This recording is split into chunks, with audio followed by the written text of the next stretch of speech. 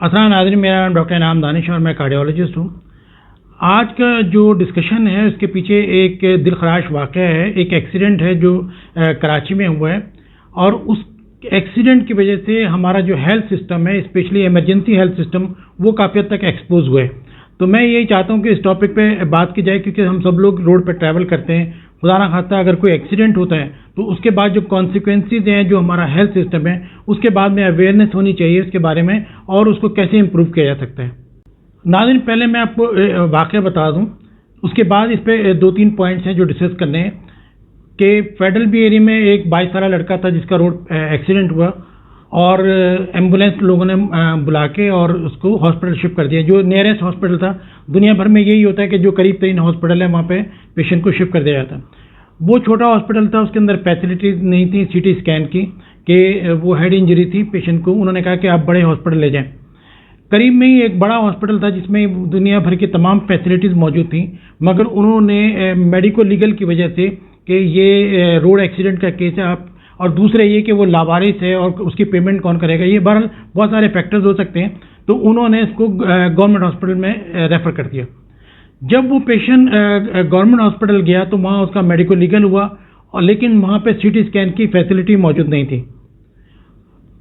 Morning में होता था या सीटी स्कैन की मशीन ख़राब थी, बहरहाल नाइट में जो है वो सीटी स्कैन की फैसिलिटी नहीं थी। उन्होंने एक बड़े दूसरे गवर्नमेंट हॉस्पिटल भेज दिया। उन्होंने कहा कि भाई ये चूँकि लावारिस है, इसके साथ कोई भी नहीं है, तो हम उसको प्रॉपर ट्रीटमेंट नहीं दे सकते, और उन्होंने फिर दोबारा रेफ़र कर दिया पुराने हॉस्पिटल के पास। इसी आने जाने के अंदर वो बच्चा जो है वो एक्सपायर हो गया। अब ये हमारे हेल्थ सिस्टम के ऊपर एक निशान है कि हमें क्या क्या खामियाँ हैं जो हम अभी डिस्कस करते हैं। नाज़रीन, सबसे पहले तो मेडिकल लीगल केसेस के बारे में है कि गवर्नमेंट नोटिफिकेशन जारी करे या अनाउंसमेंट कर दें कि कोई भी हॉस्पिटल मेडिको लीगल केसेस कर सकता है। इमरजेंसी ट्रीटमेंट सबको देना चाहिए, और वो फिर मेडिको लीगल जो इन्वेस्टिगेशन है, जो भी प्रोसेस है, उसे बाद में भी किया जा सकता है। तो ये तो एक गवर्नमेंट की तरफ से नोटिफिकेशन निकलना चाहिए कि मेडिको लीगल केसेस की वजह से कोई भी प्राइवेट हॉस्पिटल डिले ना करे। दूसरी चीज़ इसके अंदर जो इम्पोर्टेंट है वो हमारा इमरजेंसी सिस्टम है कि अगर एक टर्शरी केयर हॉस्पिटल के अंदर सीटी स्कैन की फैसिलिटी नहीं है तो गवर्नमेंट को सोचना चाहिए कि आजकल के दौर में सीटी स्कैन बहुत महंगी मशीन तो नहीं है, तो ये अवेलेबिलिटी होनी चाहिए। ट्रॉमा बहुत कॉमन है और कराची जैसे बड़े शहर में तो एक्सीडेंट काफ़ी होते हैं, तो सीटी स्कैन की फैसिलिटी जो है वो तमाम बड़े हॉस्पिटल्स के अंदर होनी चाहिए। तीसरी इंपॉर्टेंट बात ये कि प्राइवेट हॉस्पिटल ये सोचते हैं कि इसकी पेमेंट कौन करेगा। अमेरिका में ये है कि अब मोस्टली प्राइवेट हॉस्पिटल्स हैं और हर हॉस्पिटल के बाहर लिखा होता है कि इमरजेंसी की सूरत में आपको तमाम तर इमरजेंसी ट्रीटमेंट दिया जाएगा। आपके पास अगर पैसे नहीं है तब भी आपको ट्रीटमेंट दिया जाएगा और आपकी तरफ से पेमेंट जो है गवर्नमेंट करेगी।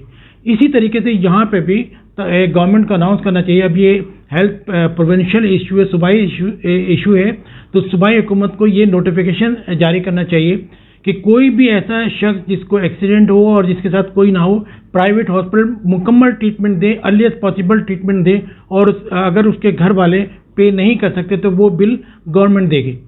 इसके अलावा बहुत सारी एनजीओज़ हैं हमारी जो खाना खिलाती हैं, ये बड़ी अच्छी बात है खाना खिलाना, मगर वो एनजीओज़ भी इसके लिए फंड कुछ रख सकती हैं कि वो अनाउंस कर दें कि ऐसा कोई पेशेंट अगर हो जो रोड एक्सीडेंट का है और जिसको ट्रीटमेंट की ज़रूरत है, तो अर्लीस्ट पॉसिबल जो करीब तरीन हॉस्पिटल है, भले गवर्नमेंट हॉस्पिटल या प्राइवेट हॉस्पिटल, अगर उसके अंदर कुछ इलाज के लिए खर्चे की ज़रूरत है तो वो एनजीओ उसके दे सकती है। एक और पहलू ये है कि जो एक्सीडेंट होता है अमूमन आदमी अकेला ही होता है, इसकी फैमिली नहीं होती, तो उसे लोग समझते हैं कि लावारिस है।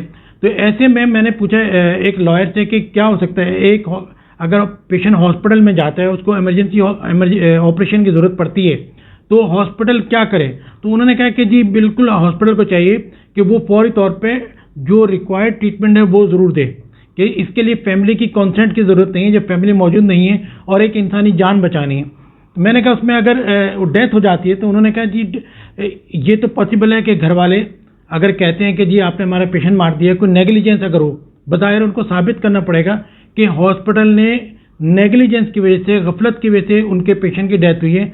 अदरवाइज़ ये कि हॉस्पिटल जो है अगर उसने नेक नियति से काम किया है, उसके पेशेंट की हेल्प करने की कोशिश की है और उसमें उसकी डेथ हो गई, तो वो हॉस्पिटल जिम्मेदार नहीं है। تو کہنے کا مقصد یہ ہے کہ ہمیں اپنے ہیلتھ سسٹم کو امپروو کرنے کی ضرورت ہے.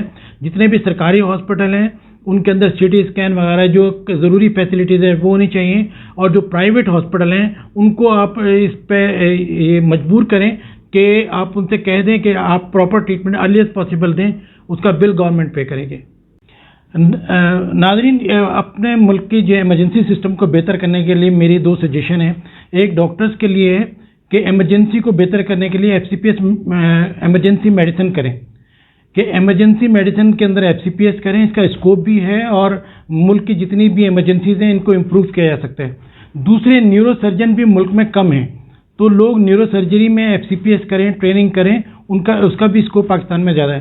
دوسرے, گورنمنٹ کے لیے یہ ہے کہ دنیا بھر میں یہ ہوتا ہے جس فیلڈ میں لوگ کم ہو جاتے ہیں اس فیلڈ کی سیلری ڈبل کر دی جاتی ہے. جیسے امریکہ میں جتنے کارڈیولوجسٹ تھے وہ سب اینجیوگرافی اینجیوپلاسٹی کرنا چاہتے تھے. نیوکلیئر میڈیسن میں لوگوں کی کمی ہو گئی تو گورنمنٹ نے نیوکلیئر میڈیسن میں سیلری ڈبل کر دی اور اینجیوگرافی اینجیوپلاسٹی انٹرونشن کے اندر ہاف کر دی.